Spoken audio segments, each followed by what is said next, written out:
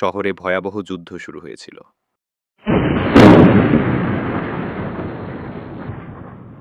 মুহূর্তের মধ্যে ভেঙে পড়েছিল আকাশচুম্বী দালান, ধ্বংসস্তূপে পরিণত হয়েছিল পুরো নগরী।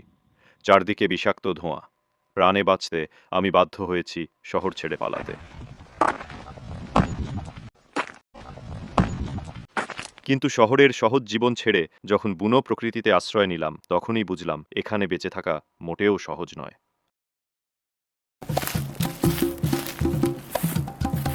ওই দেখুন, একটি পরিত্যক্ত বাড়ি।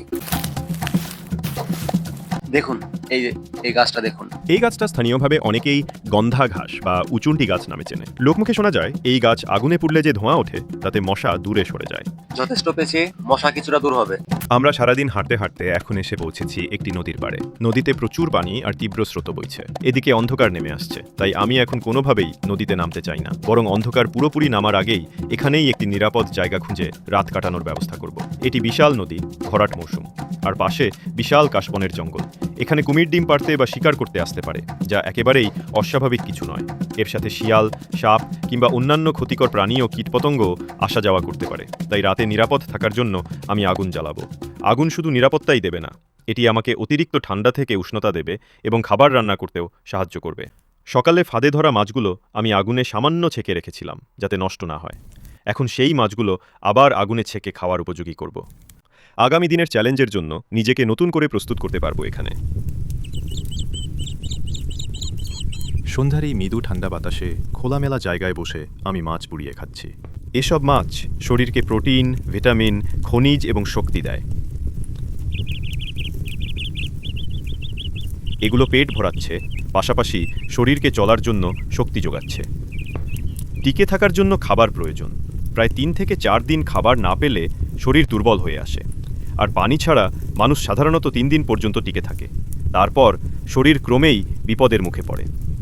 তবু এই মুহূর্তে আগুনে পুরানো মাছ খাওয়া শুধু শরীরই নয়, মনকেও প্রশান্তি দিচ্ছে। মশা সাধারণত সন্ধ্যা থেকে ভোর পর্যন্ত বেশি কামড়ায়। মশার কামড়ে শুধু চুলকানি বা লাল চিহ্ন হয় না, malaria, dengue, chikungunya, Zika virus সহ বিভিন্ন রোগ ছড়াতে পারে। আমি আগেই উচুন্টি গাছের বা বিলি গোট উইডের কিছু ছোট ছোট ডাল ও পাতা সংগ্রহ করেছি। এগুলো এখন আগুনের উপর রাখব।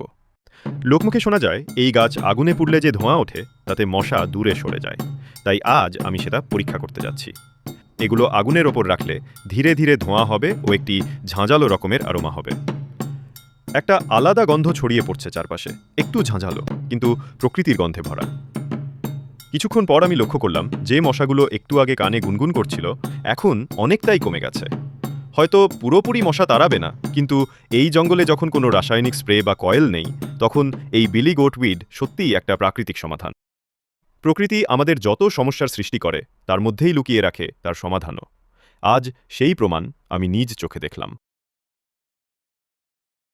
যদি এই রাতে আমাদের মুভ করতে হয়, ওই যে দেখুন নর্থ স্টার, ওইটা মার্ক করে আমাদের মুভ করতে হবে। রাতে আমার মতো এই জঙ্গলে আরও কিছু নিশাচর শিকারী আছে, যারা আশেপাশে ওত পেতে আছে শিকার ধরার জন্য। হতে পারে আমিও তাদের শিকার হয়ে যেতে পারি। আমি এখন একটু ভয়ে আছি। নদীর দিকটা একদম নীরব, কিন্তু কুমির থাকতে পারে ওখানে। ওরা রাতে শিকার খুঁজতে তীরে উঠে আসে, আর কাছাকাছি থাকলে চুপচাপ এক ঝাঁপেই ধরে নিতে পারে। আছে ছোট ছোট পোকামাকড়, এদের কামড়ে ঘুম ভেঙে যায়, শরীর ফুলে যায়, কখনো জ্বরও আসতে পারে। ওদিকে কিছু একটা ছিল, মাত্রই শব্দ হলো। শিয়াল বা গোসাপ হতে পারে। শেয়ালগুলো মাঝে মাঝে ডাকছে দূরে কোথাও। তারা সাধারণত মানুষকে আক্রমণ করে না, কিন্তু দল বেঁধে এলে কাছে চলে আসে। খাবারের গন্ধ পেলে খুব বিপদ হতে পারে। সাপের ভয়। এই ঠান্ডা রাতে ওরা আগুনের উষ্ণতা বা শরীরের গরমে আকৃষ্ট হতে পারে। একটা কামড়ই যথেষ্ট। এই সব ভয় মাথায় ঘুরছে, তাই চোখে ঘুম আসছে না। শুধু চাই এই রাতটা কোনোভাবে কাটিয়ে সকালটা দেখতে পাই।